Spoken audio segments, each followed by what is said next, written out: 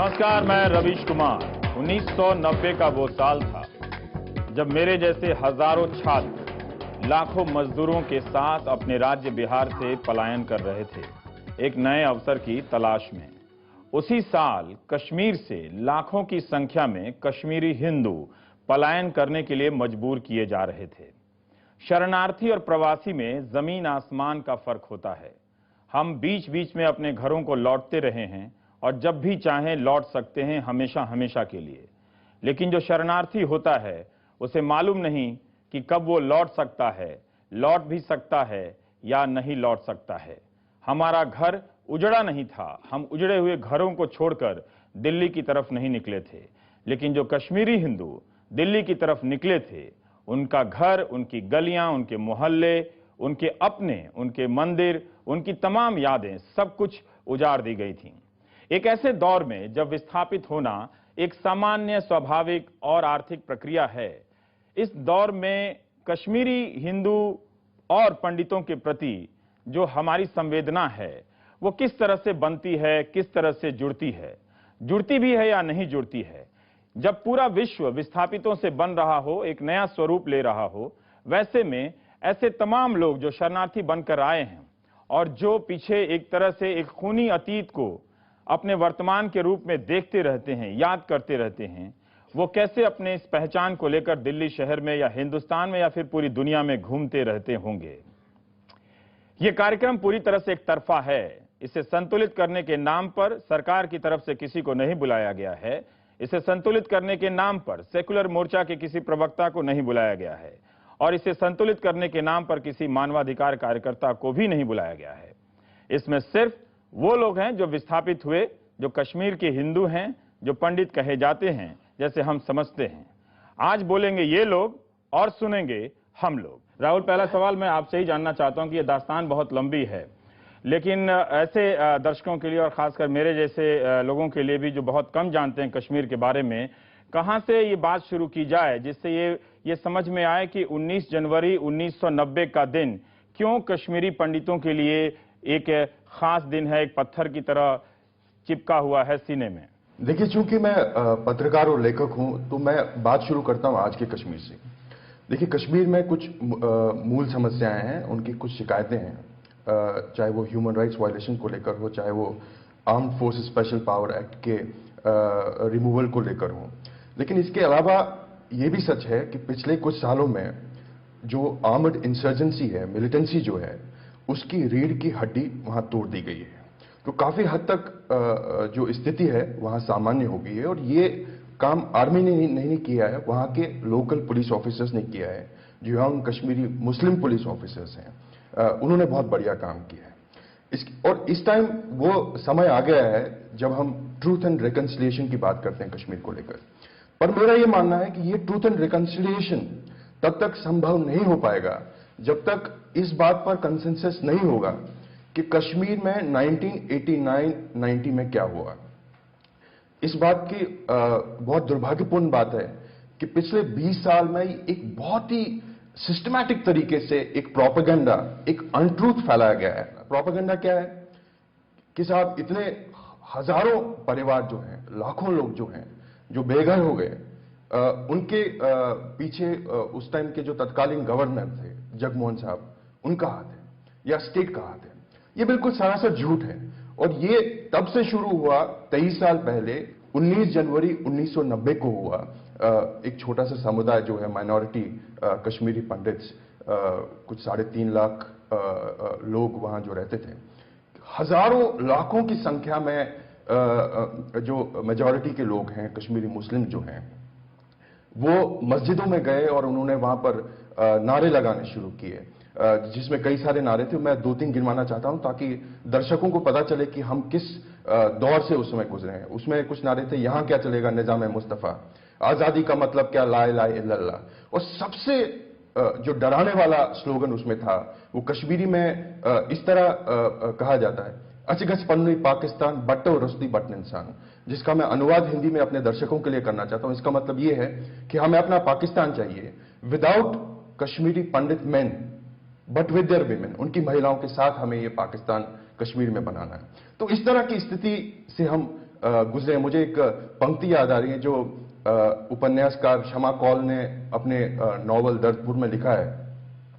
उन्होंने किसी कवि को कोट किया है, उसमें कहा कि कैसे माहौल में जिए हम, आप होते खुदकशी करते।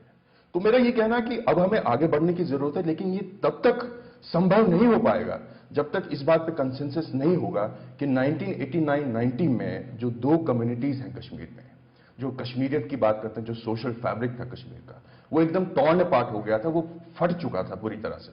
और दो कम्युनिटीज, मुस्लिम और हिंदू समुदाय के बीच में एक डिवाइड आ गया था, जिसका शिकार हम हुए और हमें एक्सोडस की, अपने ही देश में हम शरणार्थी बने, उसका अपमान, जिल्लत और ये सारा अपमान हमें उस चीज का सहना पड़ा। जब तक इस बात पे कंसेंसस नहीं होगा तब तक ट्रूथ एंड रिकंसिलिएशन संभव नहीं है।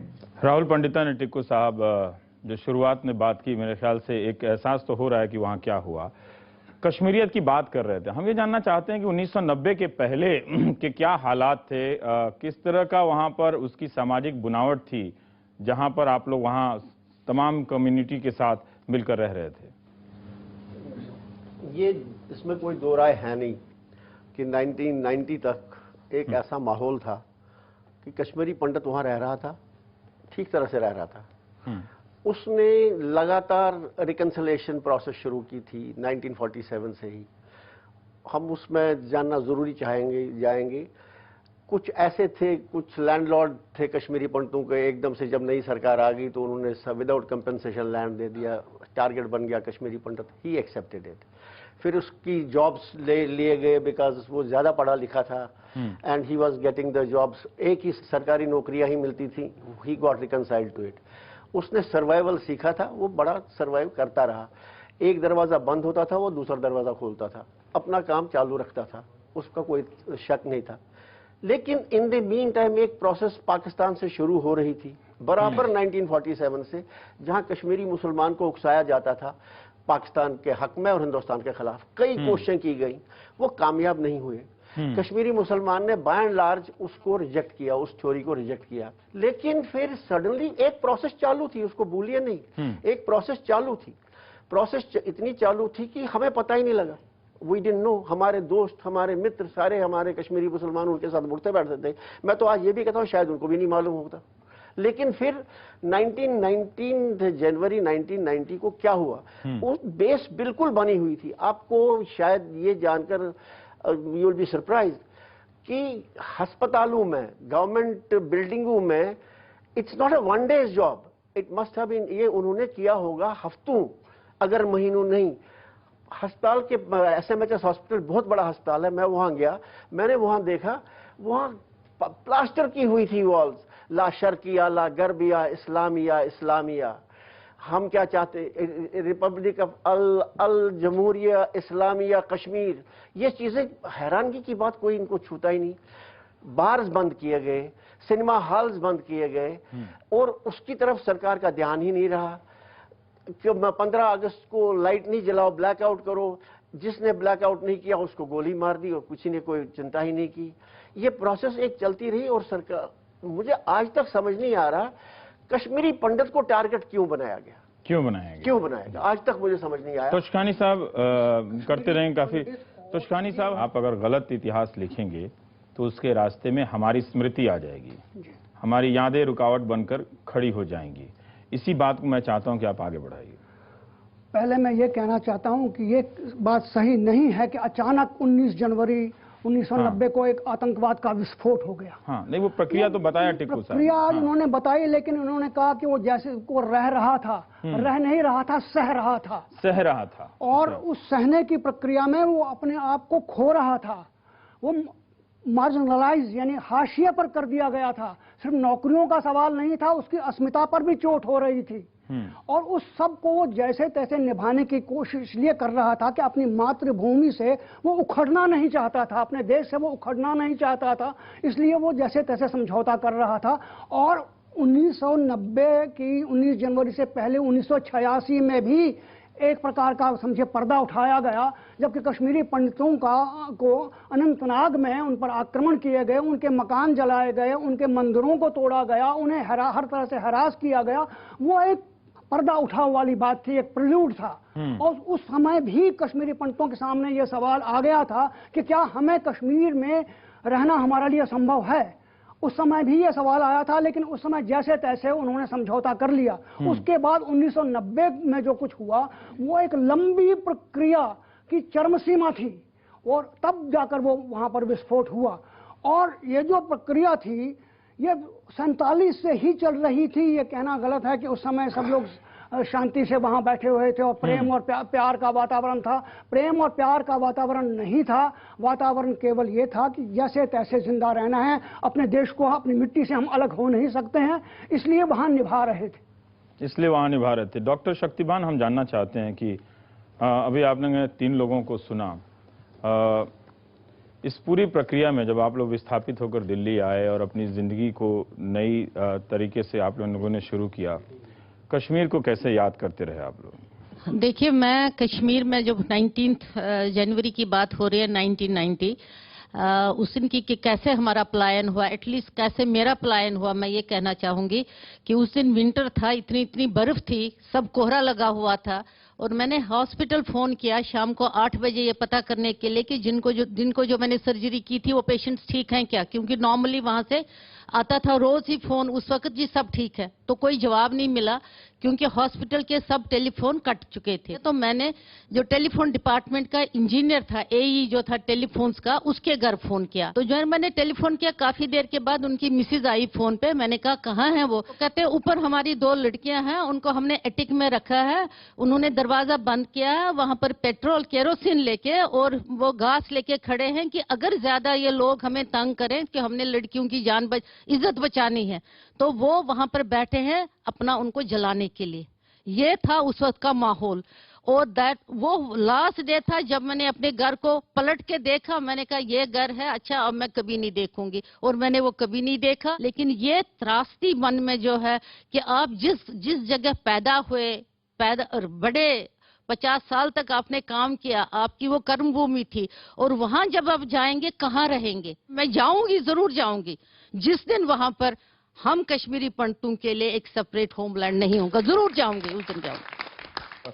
उमर अब्दुल्ला साहब ने कहा है कि आप लोगों के बिना कश्मीर अधूरा है। वो काफी ट्वीट कर रहे हैं, ब्लॉग कर रहे हैं।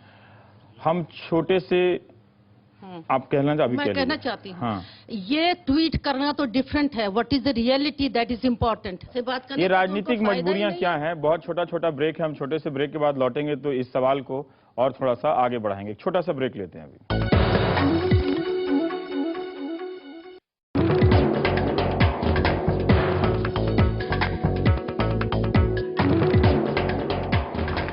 हम ब्रेक के बाद लौट आए हैं। हाँ साहब, हम ये जानना चाहते हैं, अभी डॉक्टर शक्तिभान ने कहा कि उमर अब्दुल्ला वाली बात की, तब उन्हीं की सरकार थी, उन्होंने नहीं रोका। हो सकता है अब हालात बदले हों, राजनीतिक मजबूरियां वैसी ना हों। आज के संदर्भ में उमर अब्दुल्ला का ये कहना कितना सकारात्मक या सत्य के करीब लगता है कि आपके बिना कश्मीर अधूरा है? और क्यों ना उनकी इस बात पर भरोसा किया जा सके और एक कदम, एक उम्मीद की तरह देखा जा सके, जब वो कह रहे हैं कि बहुत कुछ बदल गया है उस घटना के बाद, गौकतल घटना के बाद, और उम्मीद है कि अब आगे भी और बदलता रहेगा। यही उनका है कि thank goodness much has changed since the days of the Gokadal killings, more yet to be done to ensure those dark days never return. नहीं केवल पाप का बागी व्याध, जो तथास्थ हैं समय लिखेगा उनका भी अपराध।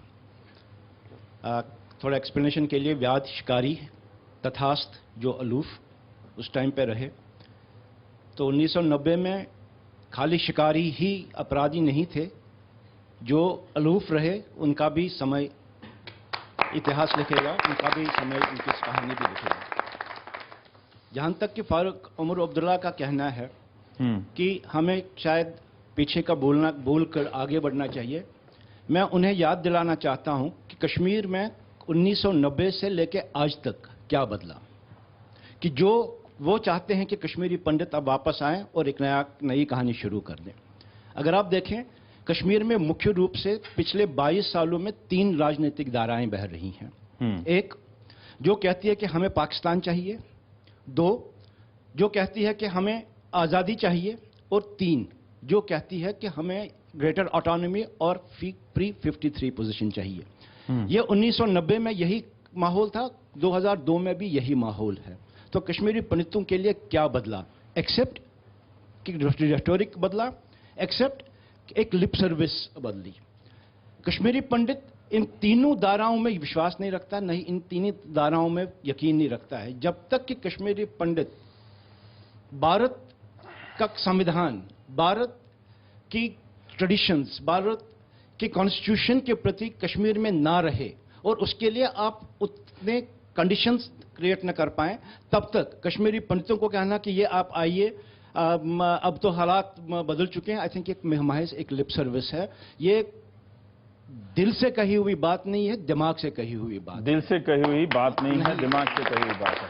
नीरू, हम ये जानना चाहते हैं कि एक नए जनरेशन के तौर पे इन 23 सालों में आपकी पुरानी पीढ़ी भी आपके सामने है, आपकी नई पीढ़ी भी, आप लोगों की पीढ़ी भी सामने है, उसकी अपनी क्या पहचान रह गई है? क्या इस दिल्ली जैसे शहर में क्या आपको ऐसे लोग मिलते हैं जो आपसे संवेदना रखते हैं? क्योंकि कई लोग, हम मीडिया वालों पर भी आरोप लगाते हैं, और जब मैंने इस विषय पे करने का फैसला किया तो कई लोगों ने कहा कि अच्छा आप इस विषय पे कर रहे हैं, बड़ा कोई साहसिक काम है।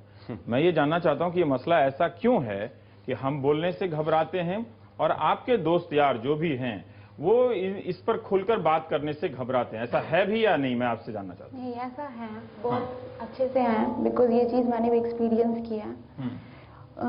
मतलब हमारे साथ जो भी उस वक्त हुआ है, या ये सब जो भी एक्सोडस जिसको हम कहते हैं, उसकी अवेयरनेस बहुत बहुत बिल्कुल मतलब 1% भी नहीं है जनरल पॉपुलेशन में, हिंदुस्तान में, इंडिया में, भारत में। और अगर आप किसी से बात करते हैं, अगर कश्मीर की बात करते हैं, तो सिर्फ इतना ही बताया है कि वहाँ पर कोई स्ट्रगल चल रही है और वो मुस्लिम पॉइंट ऑफ व्यू से हो रही है, कश्मीरी मुस्लिम पॉइंट ऑफ व्यू से।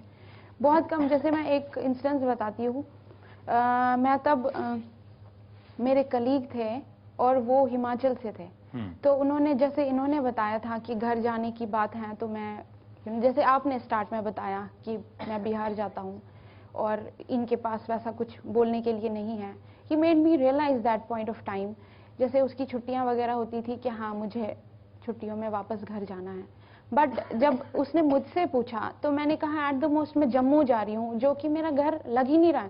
लाइक 22 साल से हम जम्मू में हैं, हमारा अभी अपना मकान भी है, पहले टेंट में थे, फिर मकान भी आ गया, हम सेटल्ड हैं completely, but sense of belongingness कहीं पे भी नहीं है। और उससे भी ज़्यादा बुरी बात हमारी जनरेशन के लिए एटलीस्ट ये है कि हम में आइडेंटिटी क्राइसिस हो गई है, हम अपने ही आप से अलग हो गए हैं, हम अपने ही आप को पहचानते नहीं हैं।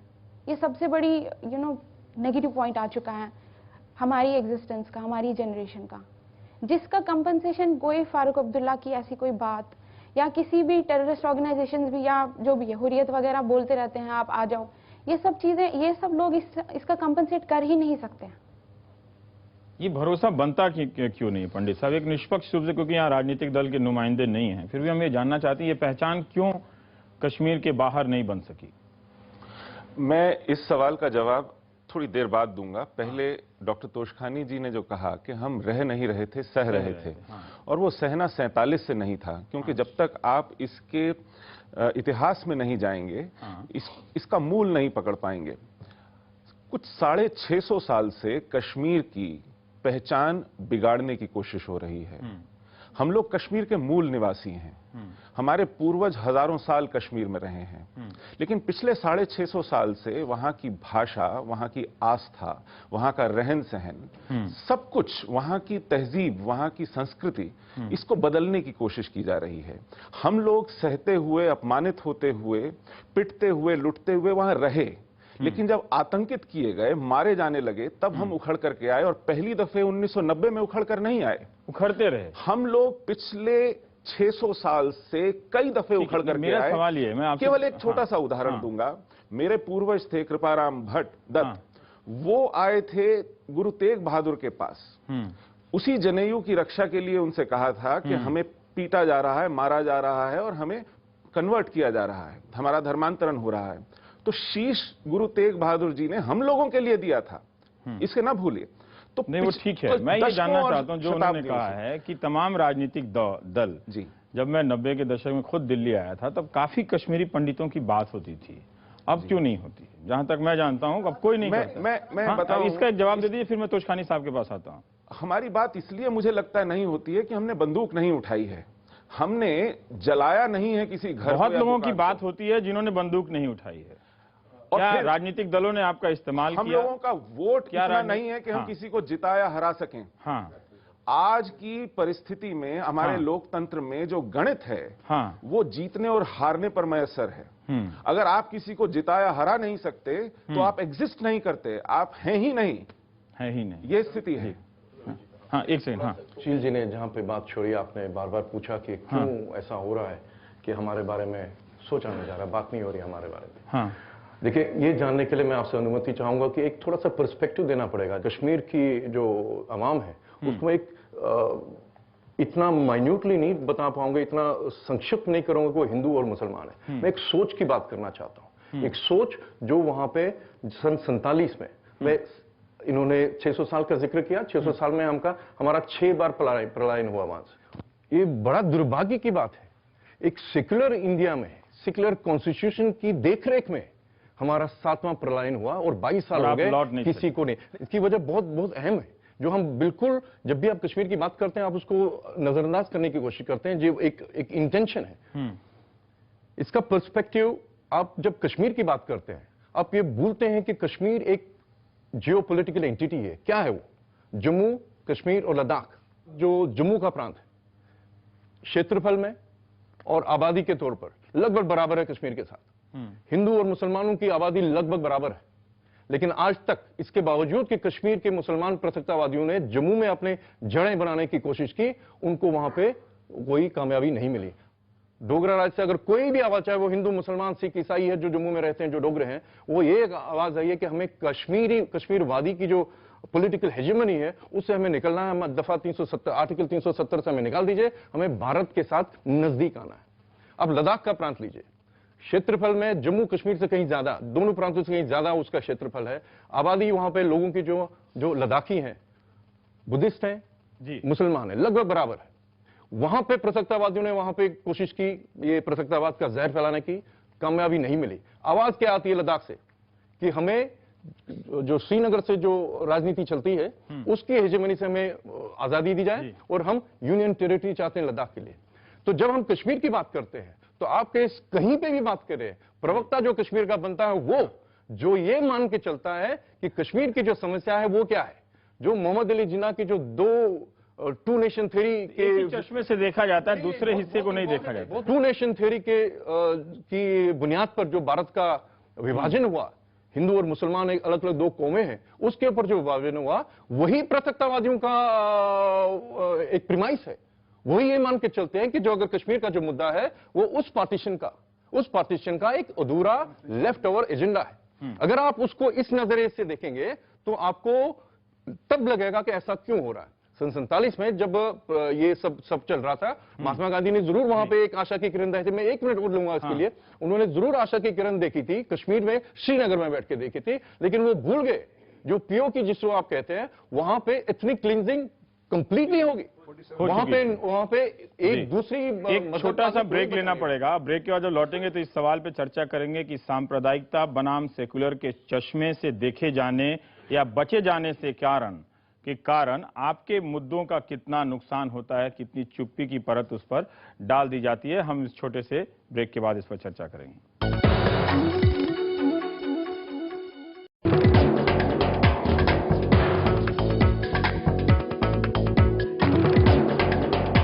हम लौट आए हैं ब्रेक में। मेरी आदत कम बोलने की है, ज्यादा सुनने की है। तोशखानी साहब, आप कुछ पूरा करना चाह रहे थे कि जो उमर अब्दुल्ला ने कहा है कि आपके बिना कश्मीर अधूरा है।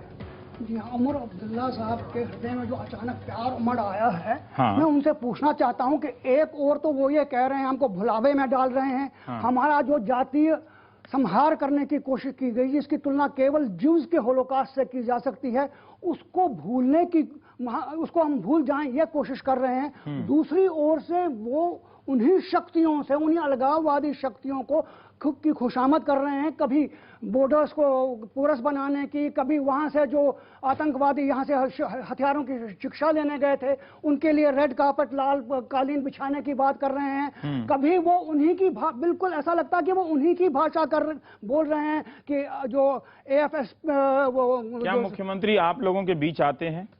मुख्यमंत्री केवल हमको भुलावे मैं जानना चाहता हूँ, भुलावे में डालना जैसे शक्तिवान ने कहा कि ट्वीट करना तो बहुत आसान है, ट्विटर पर मैं भी अपनी दुकानदारी चलाता हूँ। मुख्यमंत्री हमें केवल भुलावे में डालना चाहते हैं। मुख्यमंत्री जम्मू में जहाँ आपके जो शरणार्थी शिविर हैं, जो टेंट से मकान बन गए, क्या वहाँ आते हैं? जम्मू कश्मीर की जो कभी नहीं है, वो केवल भुलावे में डालना चाहते हैं। बहुत इंपॉर्टेंट है। जब वो सरकार में होती है, जो भी राजनीतिक पार्टी होती है, तो उनका एक तस्वीर होता है, जब वो अपोजिशन में होते हैं एक तस्वीर होता है। लेकिन हमारे संदर्भ में या वो अपोजिशन में रहे या सरकार में रहे, कोई फर्क नहीं पड़ता। आप देखिए, एक ओर से वो आजादी का समर्थन कर रहे हैं, एक ओर से वो चाहते हैं कि कश्मीर में जो है वो अलगाववादियों की मांगों को पूरा किया जाए, उनके साथ समझौता किया जाए, उनके साथ बातचीत की जाए। और दूसरे ओर से हम कैसे उस वातावरण में रह सकते हैं जहां भारत से अलगाव की बात की जाए? एक सेकंड, आप कह लीजिए अपनी बात।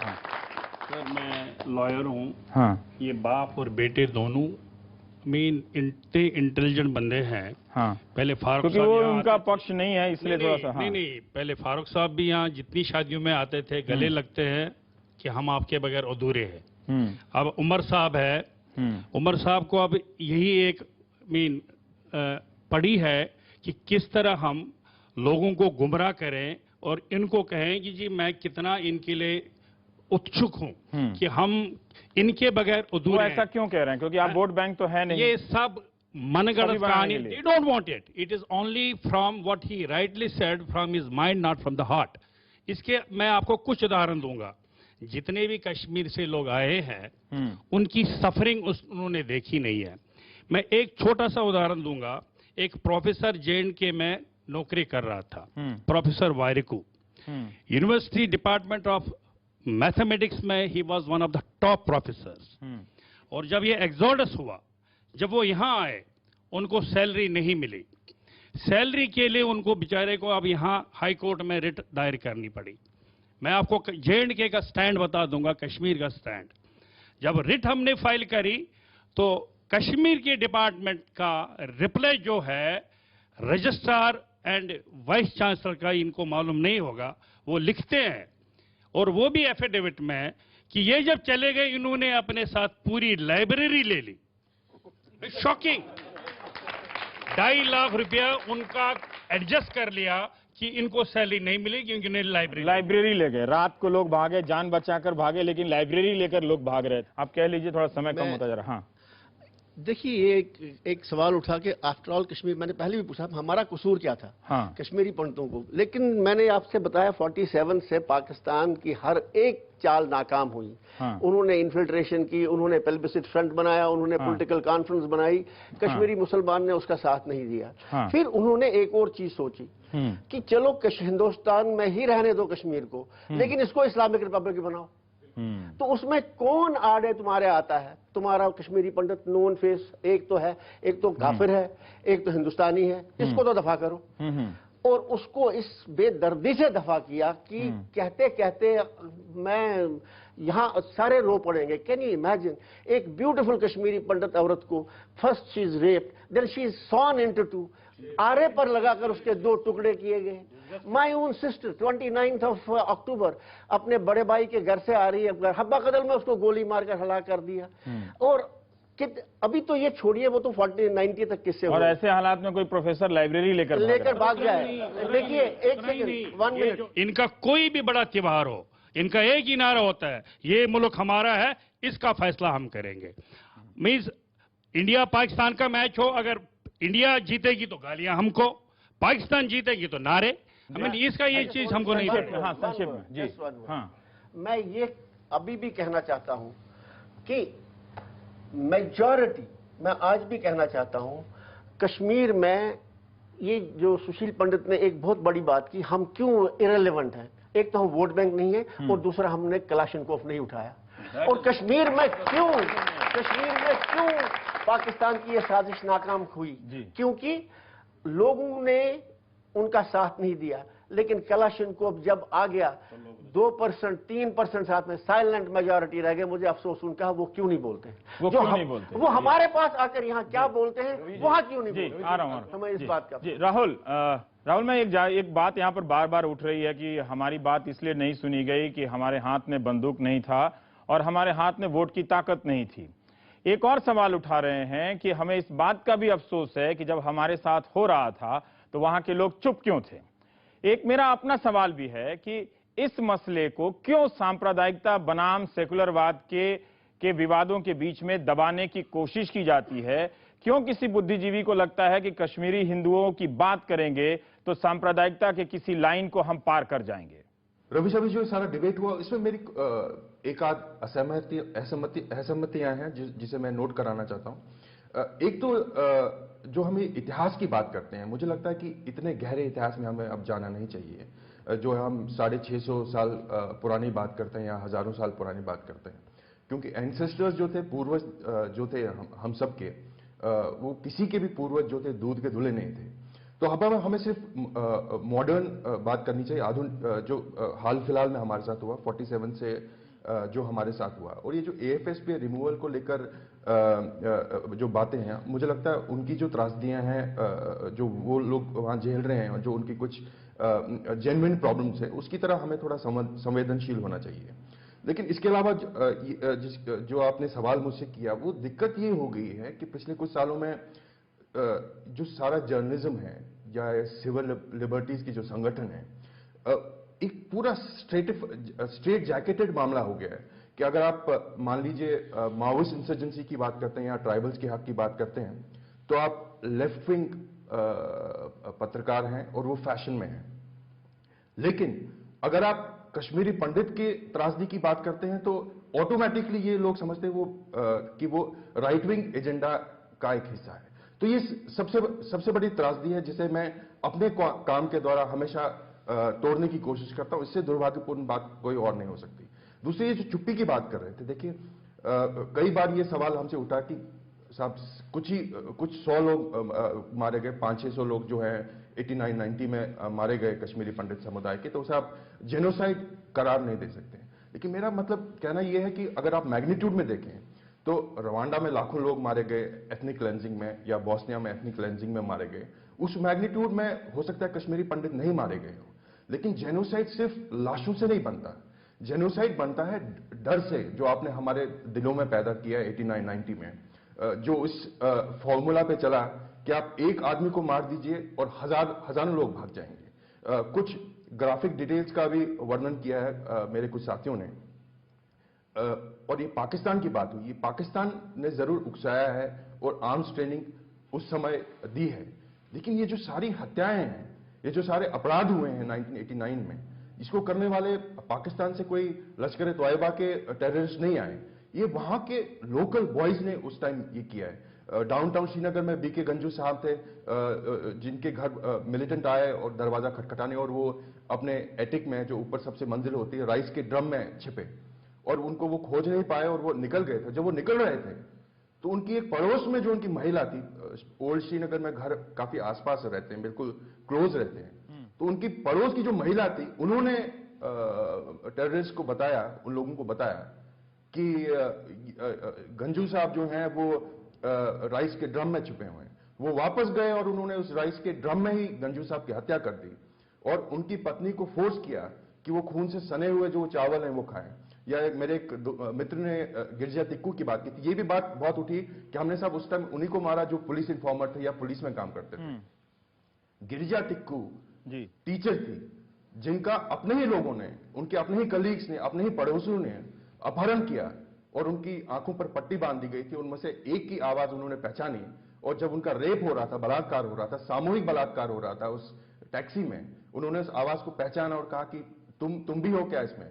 और उसके बाद उसको जिंदा मैकेनिकल इलेक्ट्रिक सॉ पर लकड़ी चीरने के आरे पर चढ़ा दिया गया।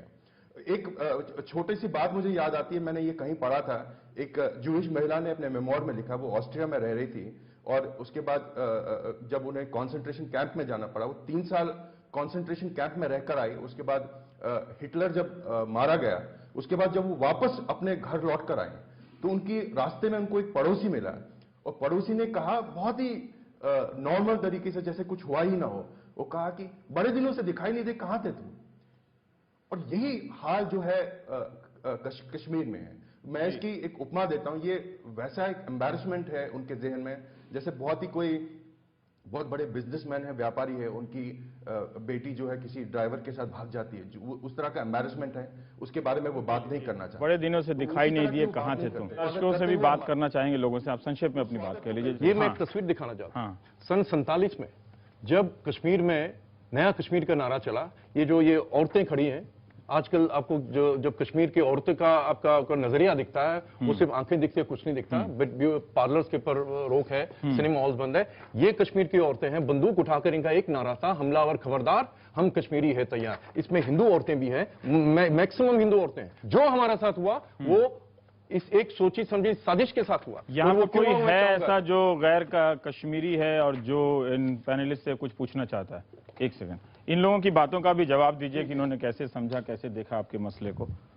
मैं उड़ीसा से हूँ, अभी दिल्ली में आया हूँ और मैं बचपन से कश्मीर के बारे में पढ़ता जा रहा हूँ और यहाँ आने से पहले मैंने इसके ऊपर काफी रिसर्च किया। सवाल बस यही है कि किस दिन तक सिर्फ वोट बैंक के बेसिस पर हम इशू को हाईलाइट करते रहेंगे और हमारे जो नेता लोग हैं, मैं उनसे यही बोलना चाहता हूँ कि वोट बैंक को छोड़ के ये देखिए, इस जानने के लिए बहुत जरूरी ललित कि कश्मीरी हिंदू को टारगेट क्यों किया गया उसको टारगेट, उसमें इतने नहीं, उसमें बहुत जरूरी है, बहुत जरूरी है जानने के लिए। कश्मीरी पंडित को इसलिए टारगेट किया गया कि वो एक जीता जागता सिंबलाइज करता था हिंदुस्तान, भारतीयता को प्रेजेंट करता था वहां पे। और दूसरी और एक चीज और हम लोग एक गेटोज की तरह नॉर्मल, ये आप परिभाषा एक माइनॉरिटी की ये है कि वो गेटोज में रहते हैं, एक संक्षिप्त इलाकों में संक्षिप्त संख्या में रहते हैं। हम लोग पूरी वादी में फैले हुए थे, कई ऐसे गांव में जहां पे एक मंदिर था, एक घर था और वो फंक्शनल मंदिर था। तो मतलब ये कि कश्मीर के कोने कोने में हिंदुस्तान की भारतीयता का प्रतीक है कश्मीरी। इस सवाल का जवाब दे दीजिए। हाँ, ये सवाल है,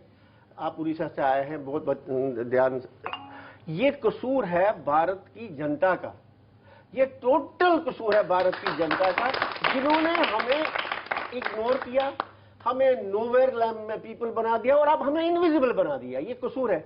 ईस्ट यूरोप में ऐसे कई किस्से हुए हैं, दुनिया उठती है, यूनाइटेड नेशंस उठता है, यूएसए ने टुकड़े कर दिए यूगोस्लाविया के, बोस्निया के आपके सामने हिसाब है, लेकिन हम वो हैं कि हम एग्जिस्ट ही नहीं कर रहे हैं। और मैं भारत की जनता को सही सवाल उठाया आपने।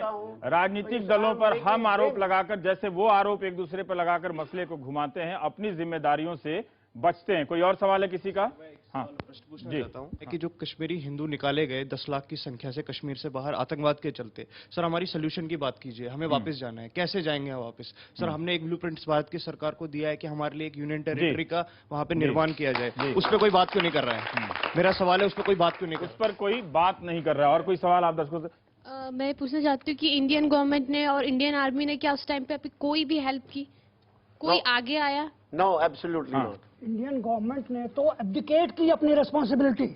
इंडियन गवर्नमेंट से हम डिसल्यूजन होकर यहाँ आ गए हैं। जब हमने देखा कि इतने नरसंहार के बाद भी, इतनी एट्रोसिटीज के बाद भी भारतीय सरकार ने कोई कदम नहीं उठाया, बल्कि जो हमें शिकार बना रहे थे उन्हीं का समर्थन किया और उन्हीं को खुश करने की कोशिश की। उसके बाद हम लोग यहाँ आ गए पूरी तरह से निराश और पूरी तरह से डिसल्यूजन हो गए। एक बहुत बड़ा मोहभंग हुआ है। 50 साल वहां रहे ये सोचकर कि सेक्रेटेरिएट पे तिरंगा लहरा रहा है, बादाम बाग में पूरी आर्मी बैठी है, हमें कोई छू नहीं सकता, पूरा देश हमारे पीछे खड़ा है।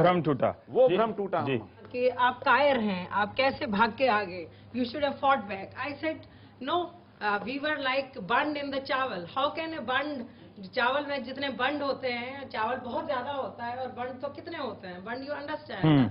तो मैंने कहा हम तो चावल में बंद की तरह था, निकाल दिया, फेंक दिया, we can not fight back. जी, खत्म करना पड़ेगा। हाँ, लास्ट।